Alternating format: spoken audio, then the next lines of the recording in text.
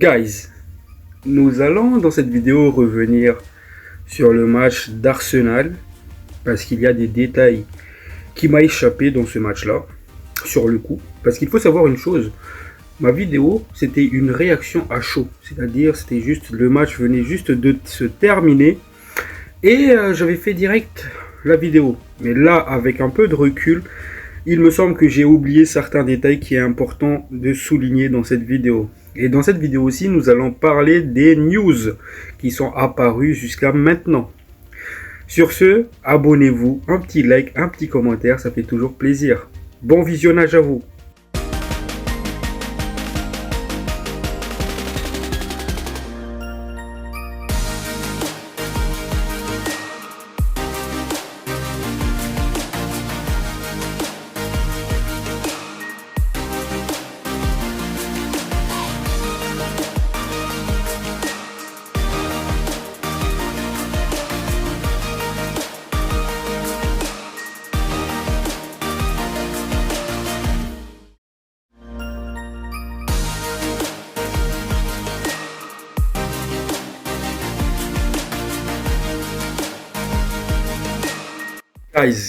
Guys, bonjour à vous, j'espère que tout va bien pour vous. Et donc, comme je l'ai dit, on va revenir un peu sur le match d'Arsenal avant d'attaquer les news mercato du club. Tout d'abord, il faut savoir une chose. On est très content de cette qualification en FA Cup. Et notre prochain adversaire, c'est Leicester de Ruud van Nistelrooy à domicile. D'ailleurs, le calendrier qui nous attend est un calendrier où on peut espérer récupérer des points, notamment Southampton jeudi, Brighton à domicile encore une fois dimanche, et Leicester en coupe et les Rangers aussi Europa League. Donc c'est un calendrier qui nous fait plaisir. Eh oui, les amis, ça nous fait plaisir. Bref, les amis, regardez ça. Maintenant, celle-là. Il y a 3 ans qui séparent les deux photos. Autrement dit, il y a 3 ans, face à Crystal Palace, Casemiro a pris un rouge sur ce genre d'action, c'est-à-dire en étranglant son adversaire.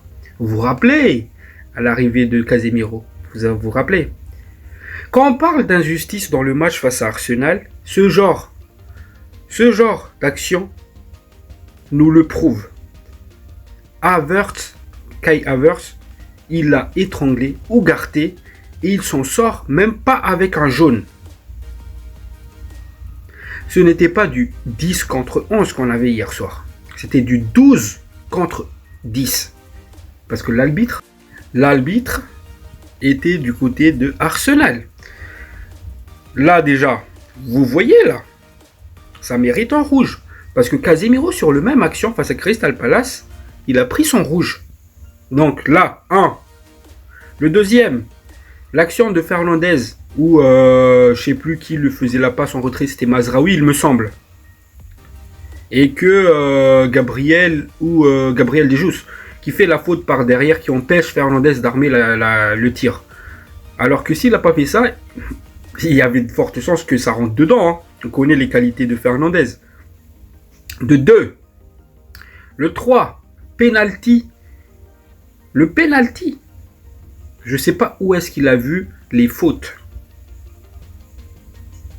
Il y avait contact, mais c'était un petit contact où Maguire cédait de la main. Et je comprends pourquoi il était en colère, Maguire. Je comprends. Inadmissible. Maintenant, nous allons souligner aussi la mentalité de Maguire. Avec tout ce qu'il a subi, il est en train de revenir au top. Et là, du coup, j'ai toujours dit qu'il n'avait pas le stand-in de Manchester United. Pardon, Maguire, pardon. T'es en train de me faire taire. Et ça, j'aime ça. J'aime que j'ai tort. J'aime ça. Je préfère que j'ai tort que j'ai raison. Donc Maguire, bravo à lui. Vous pouvez l'applaudir les gars. Bref. Arbitrage. Certes, il n'y avait pas la VAR à ce stade de la compétition. C'est-à-dire en FA Cup, il n'y a pas de VAR encore jusqu'en demi-finale, il me semble. Mais l'arbitrage,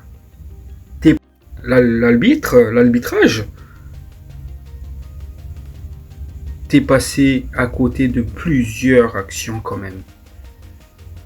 Il y a plusieurs choses où t'es passé de travers. Et sur des petits détails que United va commettre, ben non, hein, tu vas pas le louper. Hein. Le premier jaune de Diogo Dalot, il y avait faute, je suis d'accord.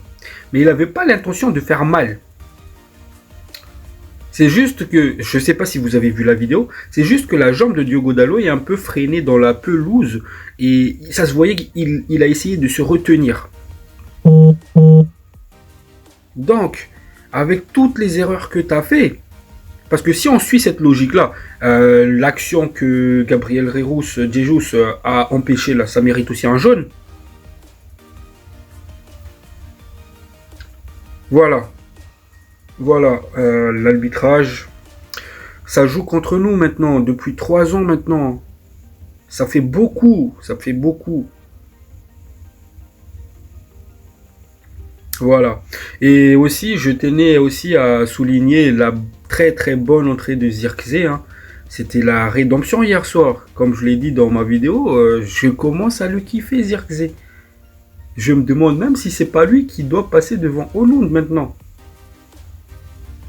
Je sais pas que si vous vous rappelez de cette action-là où le gars il a éliminé Saliba sur des petits ponts dans les petits périmètres, puis il fait cette passe en profondeur magnifique pour Amad Diallo. Zirkzee, je veux le garder. Je veux le garder, il est trop technique. J'ai toujours dit que c'était une erreur de casting et tout, et que c'est peut-être que United s'est trompé. Mais non, encore une fois, j'ai tort. Peut-être que sur le long terme, peut-être que je vais avoir raison, ou peut-être c'est la rédemption de Zirkzee, et peut-être qu'il va redevenir un monstre, mais ce qu'il nous a fait Zirkzee hier soir, il aurait pu marquer. Mais dans les petits périmètres, je trouve qu'il était beaucoup plus intéressant que Haaland. Et il n'y a pas de débat.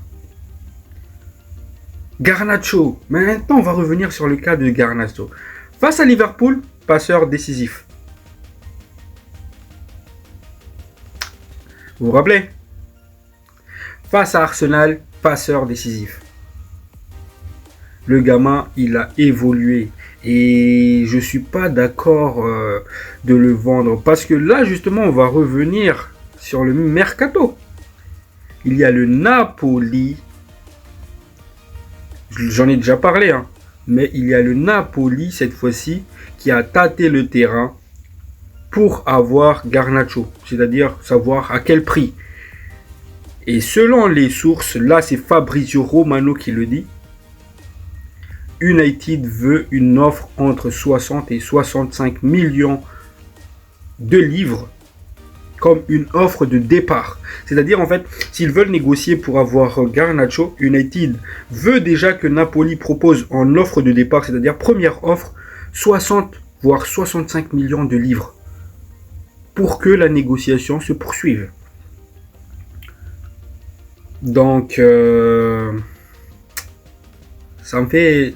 En fait, le vendre, hein, encore une fois, hein, il n'y a aucun joueur qui passe devant l'équipe. Mais Garnacho, il commence à se réveiller, commence à apprendre, dans même Ruben Amorim le souligne même dans ses conférences de presse que Garnacho il est sur le bon voie, la bonne voie. Donc le vendre, je suis pas d'accord. Ça va être un crack. Et je sais que ça va être un crack parce que Ruben Amorim le fait progresser. Dans ce match-là, il était grave intéressant. Il y a d'autres joueurs qu'il faut se débarrasser. Marcus Rashford. Et pour un petit point, les gars. Pour ceux qui disent, oui, mais ça me fait mal de voir Rashford qu'on va vendre que Garnacho, nani. L'autre, il a 27 ans, l'autre, il a 20 ans. Pendant 27 ans, il n'a rien prouvé. Enfin, si, il a fait des matchs intéressants. Mais c'était toujours une montagne russe comme ça. Donc, si aujourd'hui je dois donner une chance à un joueur, ce sera Garnacho. Parce que plusieurs coachs par le passé a fait confiance à Rashford. Et c'est Rashford qui lui a coûté son poste à chaque fois. Il est temps de tourner la page. Je ne dis pas que c'est un mauvais joueur. Mais il est temps de fermer la page Rashford. Vaut mieux donner sa chance à un gamin comme Garnacho, au jour d'aujourd'hui, qui représente l'avenir, que un joueur qui n'a jamais réussi à s'imposer à Manchester United. Voilà, donc le Napoli qui s'active pour avoir Garnacho. Ça, c'est le premier news d'aujourd'hui. Et du coup, l'autre, ça concerne Malacia, Tyrell Malacia. Au jour d'aujourd'hui, Manchester United attend des offres concernant Malacia. Et on nous apprend aussi, parce que dans mes vidéos, je vous ai dit l'intérêt de Com en Serie A pour Malacia. Et Fabrizio Romano nous confirme aujourd'hui que Com n'est pas intéressé par Tyrell Malacia. Par contre, côté Manchester United, on attend toujours une offre concernant le joueur parce que clairement, ils ne veulent pas le brader. C'est-à-dire, s'il y a une offre qui tombe, ils vont le vendre. Donc voilà ce qui concerne Tyrell Malacia. Et l'autre news, du coup, ça concerne Marcus Rashford. Il faut savoir qu'à l'heure actuelle, c'est-à-dire aujourd'hui, Manchester United, enfin les dirigeants des deux clubs, ils sont en train de discuter. Donc on va avoir une réponse qui va tomber aujourd'hui. Peut-être que ça sera le bam bam bam. Ouais, Rigo, Rashford est parti. Peut-être. Donc on va voir ce que ça va donner. Pendant cette réunion, je ferai des retours si jamais c'est positif ou dès que j'ai des réponses en fait. Et pour finir, ça concerne Casemiro. Son déménagement en Arabie Saoudite est toujours d'actualité. Et la discussion, du coup, ça va se poursuivre cette semaine. Donc, ce qui veut dire que potentiellement le départ de Casemiro en Arabie Saoudite va s'effectuer cette semaine. Le Werigo. Donc, c'est une question de temps aussi, comme celui de Marcus Rashford. Donc, voilà. Il faut savoir une chose. Il y a 3 joueurs qui sont vraiment très très proches de nous quitter. La première, c'est Casemiro. La deuxième, c'est Rashford. Et la troisième, potentiellement, je précise bien, c'est Garnacho. Encore une fois, si le club du Napoli est prêt à lâcher les paquets pour le joueur. Donc, voilà. Et concernant les clubs de Serie A, je les vois mal mettre plus de 65 millions sur Garnacho. Vous savez, c'est ce genre de club qui dit ouais, en raison des difficultés financières, on peut pas, nani. Bref, je les vois mal. Je vois mal Garnacho nous quitter. Ça, c'est juste des blabla en fait. Certes, ils vont récupérer une bonne pactole pour Kvaratskhelia, il me semble. 80 millions avec le PSG. Mais ils vont nous dire non, on n'a pas les sous pour payer les 65 millions de Garnacho. Parce que il faut savoir une chose, 65 millions c'est l'offre de départ. C'est pas l'offre finale. Donc voilà. J'ai fait le tour de tous les news, l'équipe. Donc dès que j'ai d'autres news qui sortent dans la journée, je ferai une vidéo. Prenez soin de vous. Abonnez-vous. Ciao ciao.